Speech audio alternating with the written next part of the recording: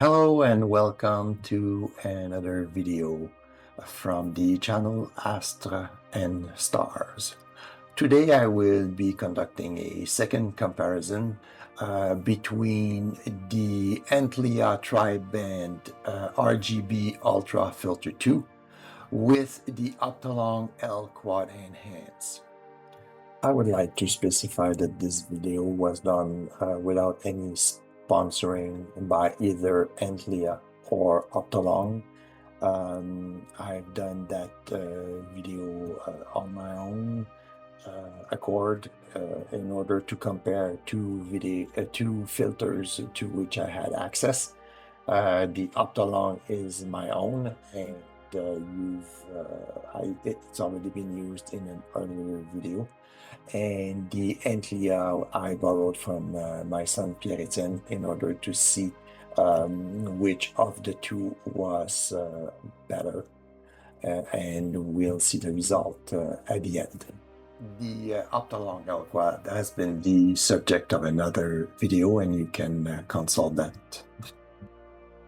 The Antlia filter goes for about $250, whereas the Optolong L-Quad goes for about $275. So what I will be using as images for today's comparison are 15 2-minute exposures of the NGC 6888 nebula for a total of 30 minutes.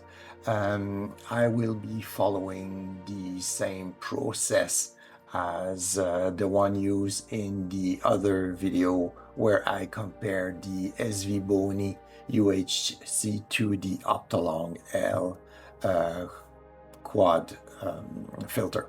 So if you want to know more about the processes used, please reference the other video that will be linked below.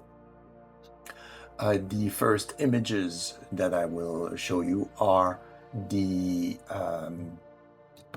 will be the stacked images, the 30 minutes worth stacked images. As you can see, on the left-hand side, we have the Antlia Triband filter, and on the right-hand side, it's the Optolong filter. The Optolong filter is darker, and the colors are a little bit better, whereas on the Antlia side, we notice that there seems to be a little bit more detail, even though the color is whitish. Still, you can see a little bit more of the nebulosity of the nebula compared to the Optolong filter. Optolong is a bit darker, colors a little bit more vibrant. Antlia seems to have a little bit more details, but the colors are paler. Now I will go to the final pictures that were obtained using exactly the same process as in the other comparison between the ZWO and the Optolong filter. Now, after the process, you can see that the Antlia version now, and again, followed the exact same process in a sense that what I've done to the initial result of the Antlia was done in exactly, or as much as possible, the same way for the Optolong version of the filter. You can see that the Antlia filter is slightly better. You lose some of the stars in the background, but you gain in the different components or details of the nebula itself, the crescent nebula. So in this case, you see colors a little bit more vibrant here, pale on the side, a little bit more detail over here also, as well as in the top portion. The pictures were taken in about the same situation on the same night, with about half an hour difference between the two. So any element that would have an impact on the pictures would have affected both of them in a similar fashion.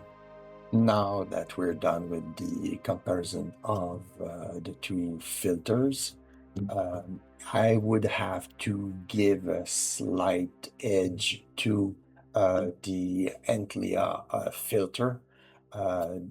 There appears to be a little bit more details, as well as a little bit more color. Colors are slightly more vibrant at the end, with the end result on the Antlia compared to the Optolong filter.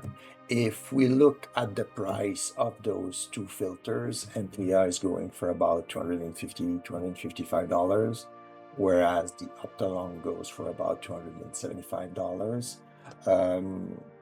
If I had to make the choice, not having either, I would probably go with the Antlia because it's slightly cheaper.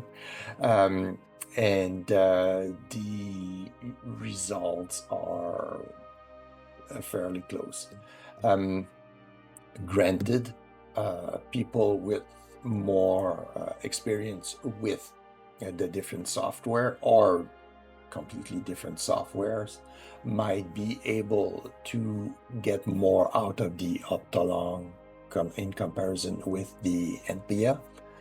But with the software that I am using, which means the Cyril, Graxpert, and GIMP, the Antlia seems to provide with better results. I hope that this video was informative, and until next time, I wish you clear skies.